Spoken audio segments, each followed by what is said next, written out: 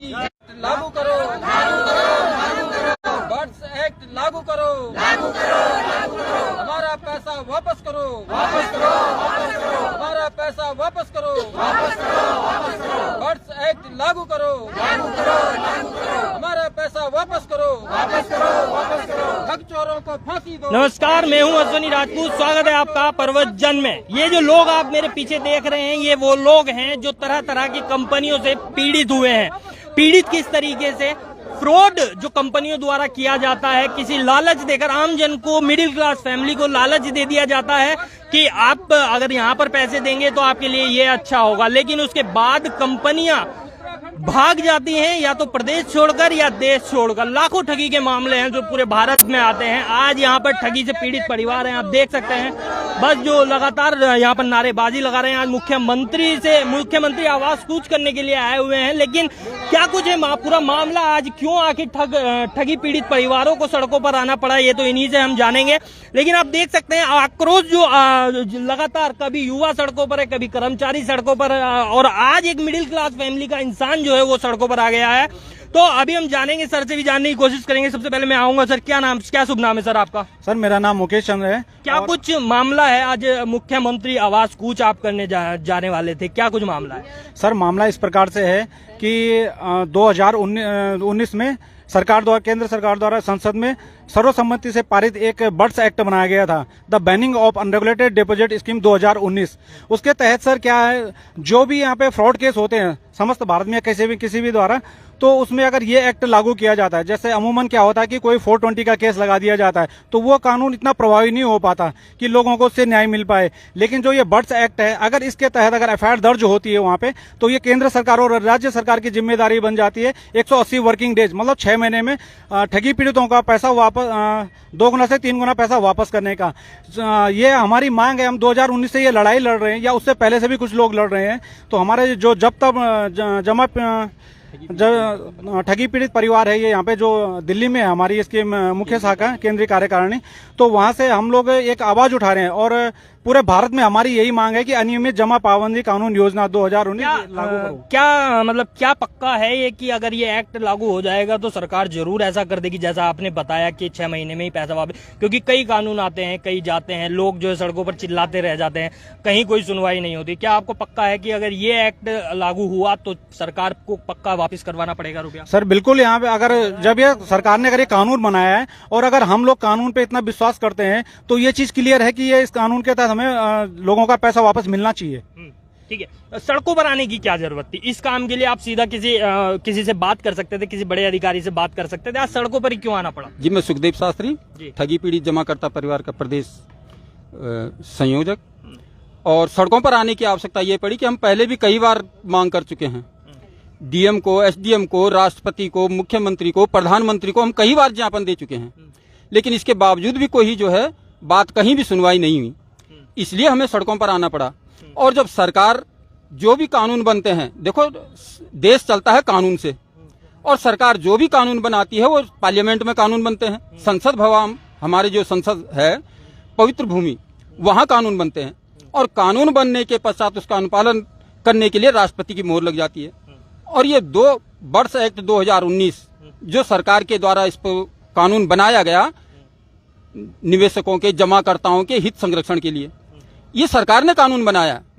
और हमारी मांग यही है कि सरकार इस कानून का अनुपालन क्यों नहीं कर रही है। आज तक इतने लोग परेशान हैं, यानी गिनती में आया है अभी तक कि लगभग 40 करोड़ लोग जो है, जो लोग परेशान आप बता रहे हैं कि इतने लोग परेशान हैं, क्या लगता है इसमें किसकी गलती है? सरकार की गलती है, कंपनियों की गलती है, या आम जन की गलती है जो उन कंपनियों पर विश्वास करते हैं? गलती मेन किसकी है, आपको क्या लगता है? गलती मैं ये समझता हूँ कि मेन गलती तो पहले सरकार की है।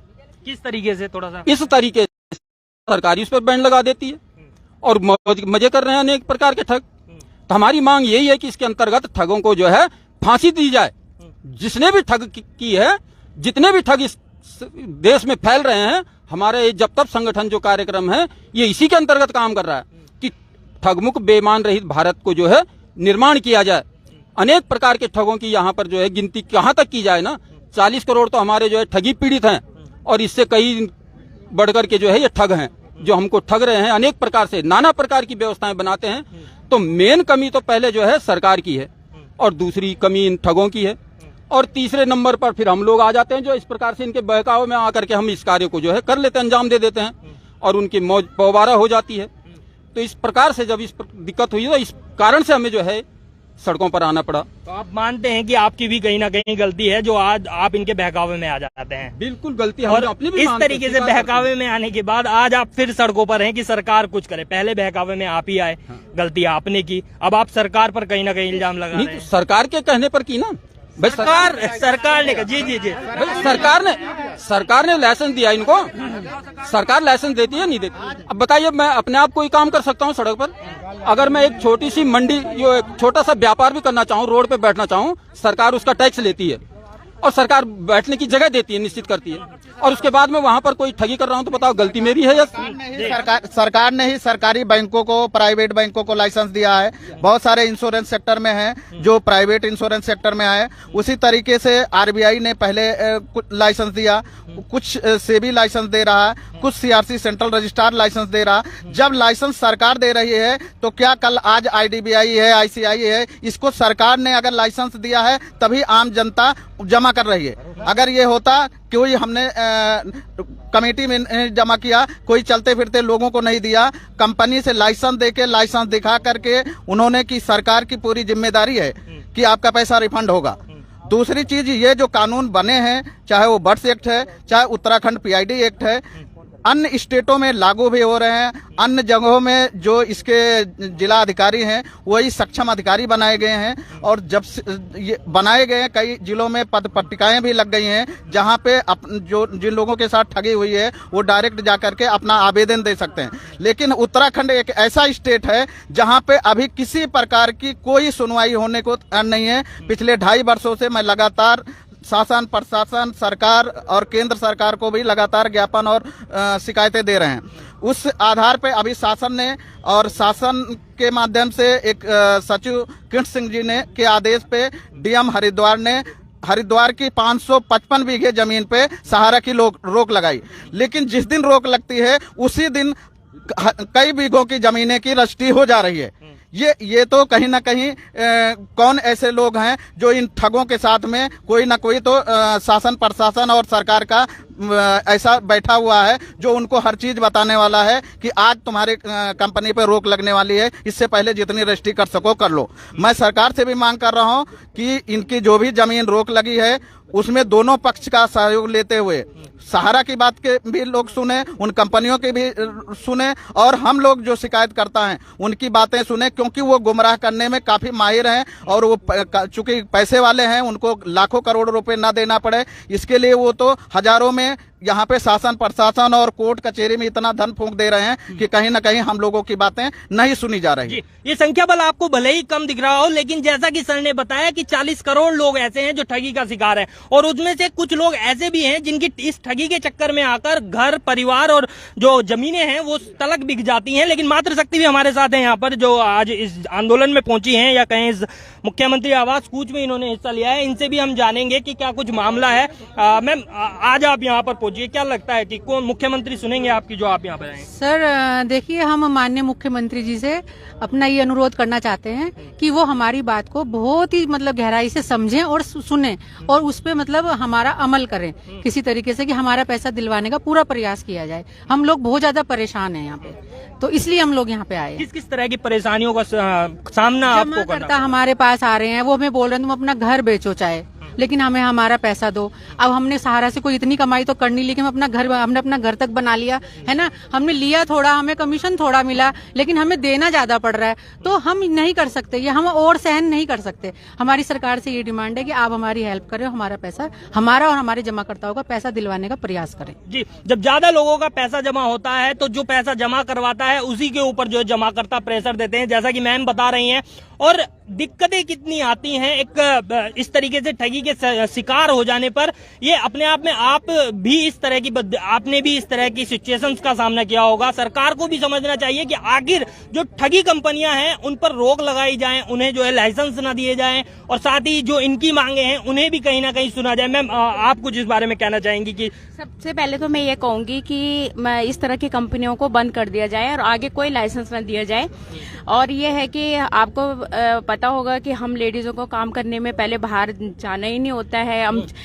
हम पढ़े लिखे हैं, आगे हमने सोचा है कि चलो यार कुछ आगे कुछ अच्छा करें, मगर ऐसी कंपनियों की वजह से क्या होता है कि हम लोग आज न घर के रहे न घाट के रहे, क्योंकि घर में भी 50 बातें सुनने, हमारा जितना भी था हमने सब यहीं लगाया, अपने पास कुछ भी नहीं है, बच्चे कोर्स वाले हो गए हैं, सब कुछ हमारा यही है, तो हम क्या कहें, हम तो बहुत परेशान हैं सर। तो कहीं ना कहीं परेशान है ये जो आज इन्हें सड़कों पर आना पड़ा। सर हमारे साथ मौजूद है, इनसे भी हम जानेंगे। सर क्या लगता है, सरकार कुछ चंद लालाओं को या चंद लोगों को फायदा पहुंचाने के लिए कहीं ना कहीं इस तरीके के लाइसेंस इशूज कर देती है, फिर उसके बाद वो ठगी करते हैं और फिर इस तरीके से देश या प्रदेश छोड़कर भाग जाते हैं? बिल्कुल, जो आपने बात कही कि यहाँ पे माफियाओं को अलग अलग किस्म के माफिया है, लोगों की भावनाओं को खिलवाड़ करके, झूठ बोल करके, और विगत में बड़े बड़े माफिया पैसा इकट्ठा करके बाहर चले गए लोग। ठीक वही प्रकरण अभी मैं इन बहनों की पीड़ा सुन रहा था कि उनको एक सरकार के द्वारा मान्यता प्राप्त एजेंसीज ने पैसा जमा करने की जिम्मेदारी सिर्फ उन्होंने अपने चित्त पर, अपने विश्वास अपने आदमी पे होता है ना, जिसको भी क्या होगा वो उनके परिचित होंगे, उनके इनको विश्वास करके उन्होंने पैसा जमा किया। और दुर्भाग्य है कि आज ठग पीड़ित संगठन बनाना पड़ रहा, मतलब ऐसे एक बेरोजगार संगठन, जो चीज होनी नहीं चाहिए किसी भी देश में, कहीं पर भी ठगी नहीं होनी चाहिए और बेरोजगारी नहीं होनी चाहिए, वो यहाँ पे संगठन बना के अपनी पीड़ा को जनता के माध्यम से, आपके माध्यम से सरकार के कानों तक पहुंचा रहे हैं। सबसे बड़ी विडंबना तो इस बात की है। दूसरी बात है कि प्रत्येक राज्यों में, उत्तराखंड सरकार ने 2005 में यूके पीआईडी एक्ट बना दिया था और विभिन्न राज्यों में बना होगा, उसका इम्प्लीमेंट नहीं हुआ। केंद्र सरकार तक आवाज पहुंची और केंद्र सरकार ने खुद के द्वारा लाइसेंस दिए गए जितने भी थे, आरबीआई का डायरेक्शन था कि इनको बंद किया जाए और इनका पैसा मैं ब्याज चरणबद्ध तरीके से वापस किया जाए। ये आरबीआई के डायरेक्शन भी किया है। सरकार ने फिर एक बर्ड्स एक्ट बना दिया, उसके अनुसार 180 दिन के अंदर अंदर इनका पैसा दोगुने से तिगुना पैसा वापस किया जाना चाहिए। लेकिन आज उत्तराखंड सरकार में भाई यहाँ पर भी हर जिले में जिलाधिकारी होने चाहिए। न्याय दिलाने ने सरकार ने अलग अलग फास्ट ट्रैक कोर्ट बनाई है, एसआईटी बनाई है, एसटीएफ बनाई, ये भी तो न्याय दिलाते हैं। मैं सारे के सारी एजेंसी किनारे कर दी और आज अगर जिलाधिकारी को जिम्मेदारी दी गई तो सरकार क्यों नहीं उनको जिम्मेदारी, इनकी एफआईआर दर्ज कौन करेगा? पुलिस क्यों नहीं कर रही? तो जिलाधिकारी को इनके कंप्लेंट दर्ज करनी चाहिए और उसमें तुरंत कार्यवाही की जानी चाहिए। हम बड़े विडंबना, क्योंकि करोड़ों 40 करोड़ से ज्यादा आंकड़े मेरी जानकारी में आए हैं कि पूरे देश में 40 करोड़ से अधिक लोगों के साथ ठगी की गई है और 5 लाख आम आदमी और 1200 पूर्व सैनिकों ने आत्महत्या कर ली। सरकार को ये आंकड़े सरकार के संज्ञान में है, तो ये सरकार ने पहले किसानों के साथ 700 लोगों को मरवाया, कान पे जूं नहीं रही। और हमारे सैनिक, देखो सबसे ज्यादा धोखा आम आदमी, धोखा कौन खाता है? जो ईमानदार होता है। हर एक आदमी धोखा, जो ईमानदार आदमी होता है वो दूसरे को भी सोचता है। अब सरकार की एजेंसी तो इन्होंने विश्वास किया। अभी आप पूछ रहे थे ना गलती किसकी है? गलती इनकी है कि इन्होंने सरकार पे विश्वास किया, इनकी ये गलती है। और उस गलती की सजा आज ये भुगतने की, जितना पैसा दिया उसका ब्याज भी देना पड़ रहा है, किसी को अपनी प्रॉपर्टी बेचनी पड़ी है। तो अगर सरकार में कहीं भी संवेदना है, चाहे वो केंद्र सरकार हो चाहे राज्य सरकार हो, तो इन पीड़ित लोगों की बात सुने और अविलंब इस पे इनकी एफआईआर दर्ज करवा करके इनके खिलाफ कार्रवाई करें, उनको कुर्की करें, किसी भी तरह से इनका पैसा वापस दिलाएं।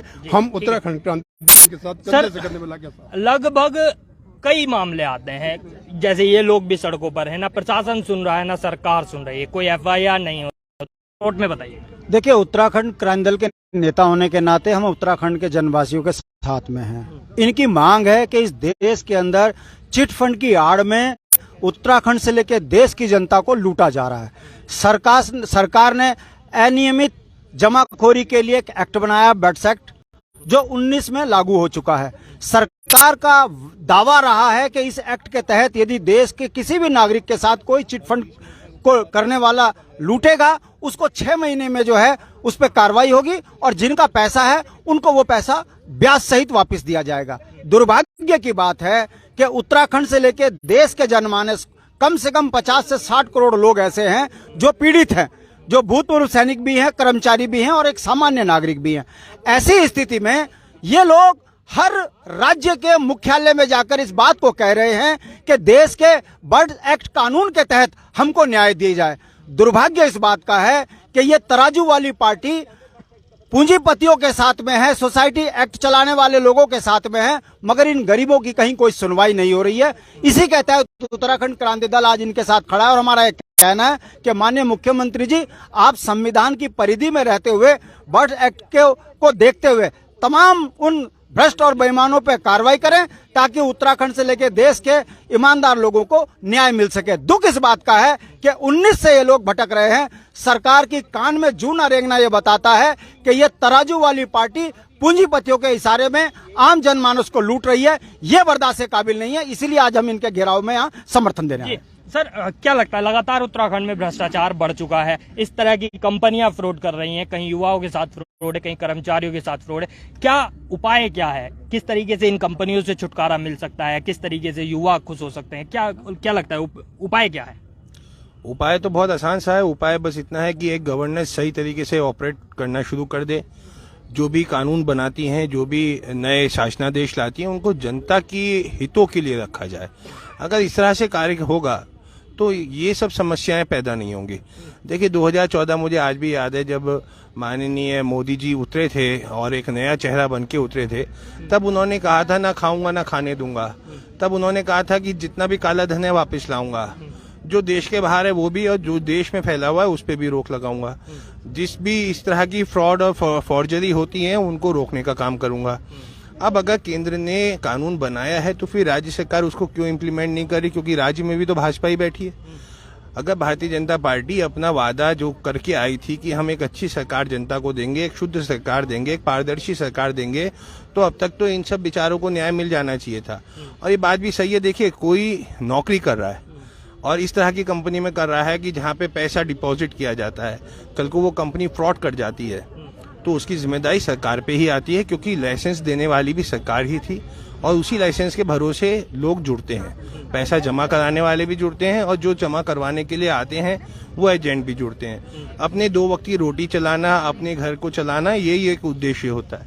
अगर ऐसे उद्देश्य में इस तरह की बड़ी ठगी हो जाए तो जरूरी है कि न्याय व्यवस्थाएं सुचारू रूप से काम करें और जो एक्ट बनाए जा रहे हैं जनता की भलाई के लिए, उन एक्ट को अविलंब लागू किया जाए। इसीलिए उत्तराखंड क्रांति दल भी आज यहाँ खड़ा है। ठीक है। तो लगातार हो रहे भ्रष्टाचार से जो परेशान हैं लोग, वो आप देख ही सकते हैं, मेरे चारों तरफ वो लोग खड़े हैं और आज कूच करने। माँ जी हमारे साथ है। माँ जी, किस तरीके से आप परेशान हैं, थोड़ा बताइए। हम परेशान हैं, कम से कम 2019 से जब से ये कंपनी बंद हुई है तब से हम लगातार। कौन सी कंपनी? PCL pulse company. इसमें हमारे काफी कस्टमर, मतलब हम एजेंट थे, कंपनी अच्छी चल रही थी। 2019 में ये 2014 में ये बंद कर दी गई, बोले मतलब ये 6 महीने बाद आपका पैसा मिल जाएगा, लेकिन आज तक ये 9 साल हो गए, आज तक हमारा पैसा कभी नहीं मिला। और पुलिस क्या कह रही है? जब पुलिस कोई सुनी नहीं रही है, सरकार नहीं सुन रही, पुलिस कहाँ से सुनेगी?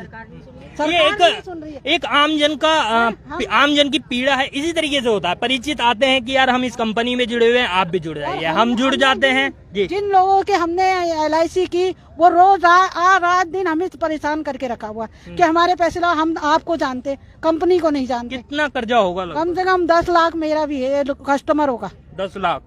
10 लाख एक छोटी रकम तो आपको नहीं लग रही होगी, आप देख रहे हैं कितनी बड़ी रकम होती है। किसी ने अपने मकान बनाने के लिए, किसी ने बच्चों की पढ़ाई के लिए, किसी ने शादी के लिए 1-1 रुपए करके जमा किया था। लेकिन क्या करें, उस दिन से वो परेशान है। सरकार बिल्कुल सुन नहीं रही। हम दिल्ली तक गए, जंतर मंतर में भी कोई हमारी सुनाई नहीं हो रही। धरना करा, कोटद्वार में तहसील में बैठे 10-15 दिन, तो वहाँ भी हमारी कोई सुने। रोज हमें SDM को वो ज्ञापन भेज रहे मुख्यमंत्री के लिए, कोई वो नहीं है। और आज हम यहाँ आए हुए हैं कोटद्वार से, ये प्रशासन और सरकार को सुनना चाहिए कि ये बुजुर्ग महिलाएं, यहाँ पर महिला और पुरुष किस तरीके से परेशान है, लेकिन संज्ञान नहीं ले रहे। माँ जी भी कुछ बता रही थी, क्या कह रही थी? मैं ये कह रही थी, मेरा 30 लाख रुपया है। आपका 30 लाख रुपए कस्टमरों का? अच्छा, आपने जो लिवा जो मतलब लोगों का, गरीब जनता का करा जमा। कौन सी कंपनी में है? PSL में भी है, यूनाइटेड एग्रो में भी है। यूनाइटेड एग्रो में 27 लाख है। ओके, और उसमें PSL में? PSL में 30 लाख है। तो आपने 57 लाख रुपए कस्टमरों का वहाँ पर है।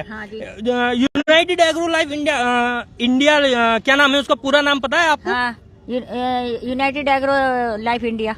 ओके, आप कहाँ से हैं? मैं लक्सर से हूँ जी। आप लक्सर से हैं? हाँ जी। ठीक है, तो आप देख सकते हैं किस तरीके का ये फ्रॉड जो है उत्तराखंड में चिटफंड कंपनियों द्वारा किया जा रहा है। और भी हमारे साथ है, आपका भी कुछ है जो फंसा हुआ है? हाँ सर, PSL में। PSL में कितना? ऐसे होगा 10-15 लाख रुपए। 10-15 लाख रुपए। आपने जो कस्टमरों से, जो अपने नीचे अपने लोग जोड़े हैं, हाँ सर, अपने रिश्तेदारों के, अपने भाई बहनों के, बाकी अब बाहर आना जाना बिल्कुल परेशानी हो रखी है। हमें अपने मुख्यमंत्री से यही निवेदन है, ये मेरी पीड़ा नहीं है, ये सारी हमारे भाई बहनों की पीड़ा है कि हमें अपने हमारा पैसा दे दे, है नहीं? बाकी तो क्या बोलना है, हम सब लोग परेशान है जी। आपके भी पैसे हैं? हाँ सर, हमारे पैसे हैं, हम तो 15 लाख रुपए। 15 लाख रुपए आपके भी हैं? जी। PCL में कितने हैं? 25 लाख। आप ये नंबर सुन रहे हैं, यहाँ पर 10 से 15 ही लोग खड़े होंगे और इसमें ही करोड़ों में संख्या में नंबर पहुँच गया है। ये महिलाएं हैं जिन्होंने 10, 15, 20, 25 का आंकड़ा बता दिया। आपके भी हैं? हाँ जी सर। कितने? 15 लाख रुपए से घर घर के ही है, बल्कि अपने माँ बाप के वहाँ जाना मुश्किल हो गया हमारा, क्योंकि हमारे खुद मेरे पिताजी की डेथ हुई है, इसी बीमारी से हम बीमार इलाज नहीं करा पाए उनका, क्योंकि उनका पैसा ही नहीं मिला यहाँ से, बिल्कुल भी नहीं।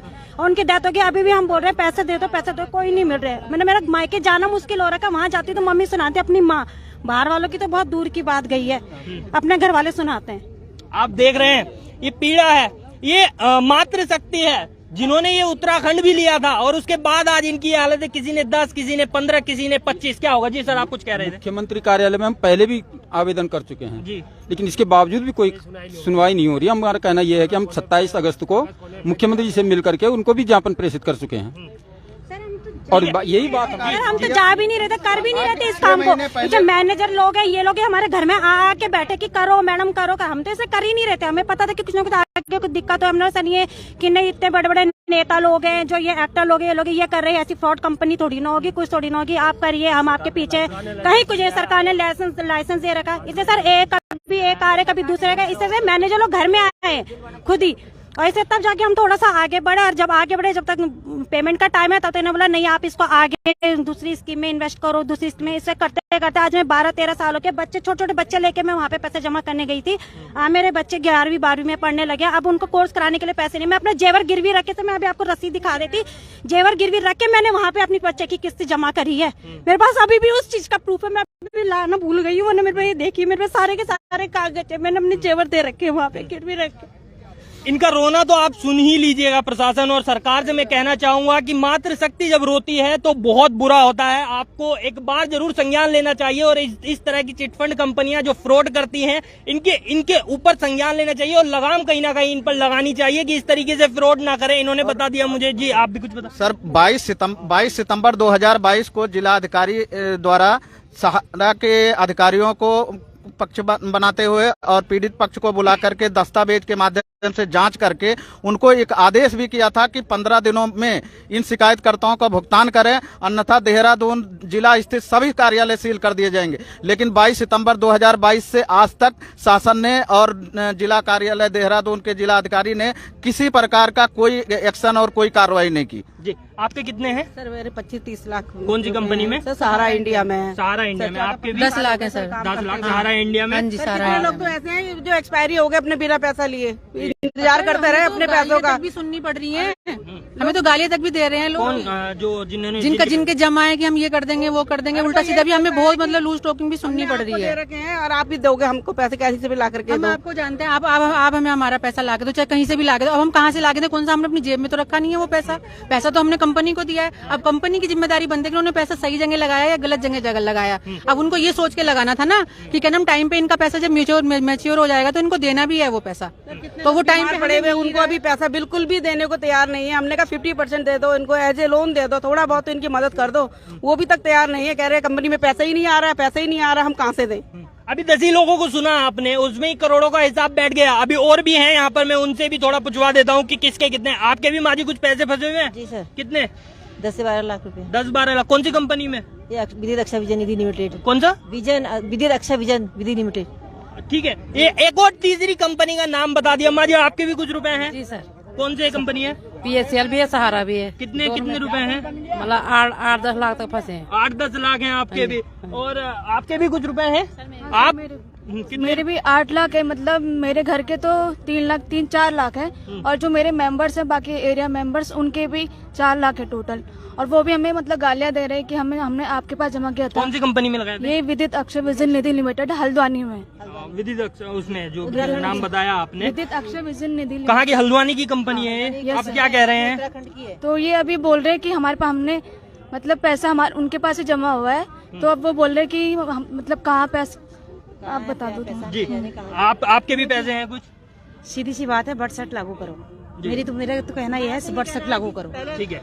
सबसे पहले भुगतान फिर मतदान। पहले भुगतान फिर मतदान।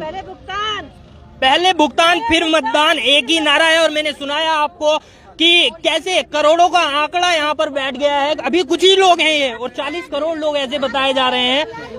और इसमें सर, जी सर बताइए। दरअसल में सर ऐसा हुआ है कि जैसे सार और PACL को तो सभी लोग पहले से जानते हैं, लेकिन अभी जब से मतलब मोदी जी पे लोगों ने विश्वास किया, ठगों ने भी उसका भरपूर फायदा उठाया। उन्होंने प्रधानमंत्री clean India green India mission के नाम से अनेकों योजनाएं चलाई। ओला उबर की तर्ज पे जैसे उन्होंने बाइक बोट हो गया, हेलो टैक्सी हो गया, टॉप राइड, गो राइड, NMM, मशरूम इंडिया, मत्स्य पालन, और न जाने मतलब हजारों कंपनियों का उन्होंने ऐसे लॉन्चिंग की।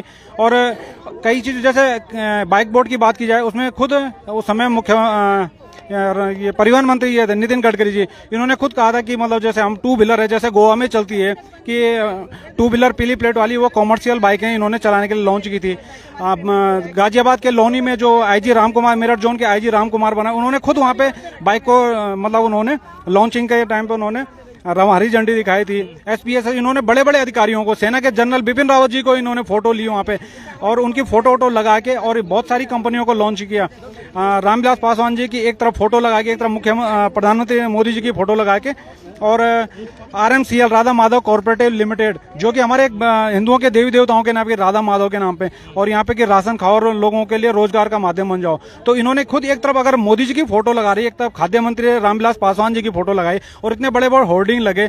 कहीं पे IG लोग हैं वहाँ पे, खुद वहाँ पे लॉन्चिंग कर रहे हैं। SP लोग वहाँ पे हरी झंडी दिखाई, इन्होंने ऐसे लिया बड़े बड़े मंत्रियों को। इसीलिए आज की डेट में हो रहा है कि सारे उन तलवार उन पे लटक रही है, चाहे वो अधिकारी हों, चाहे वो सरकार में बैठे मंत्री लोग हों। इस वजह से अगर उनके फंसने की नौबत आ रही है कि तुमने लॉन्च किया और आज ये ठग यहाँ पे चुपचाप बैठ गए, इनका पैसा रिटर्न करने की तुम्हारी जिम्मेदार बनती है। अगर प्रदेश में कोई भी धोखाधड़ी करता है या कोई भी गलत काम करता है, तो सवाल सीधा मुखिया से ही पूछा जाता है, जो ये लोग भी कर रहे हैं। कहीं ना कहीं संज्ञान लेने की जरूरत है, क्योंकि करोड़ों का ये आंकड़ा जाकर बैठ रहा है कि करोड़ों में जो है फ्रॉड या धोखाधड़ी जो है लोगों ने करी हुई है। 40 करोड़ तो लोग ही हैं, कितने करोड़ रुपए होंगे, अरबों में रुपए जाकर बैठेंगे।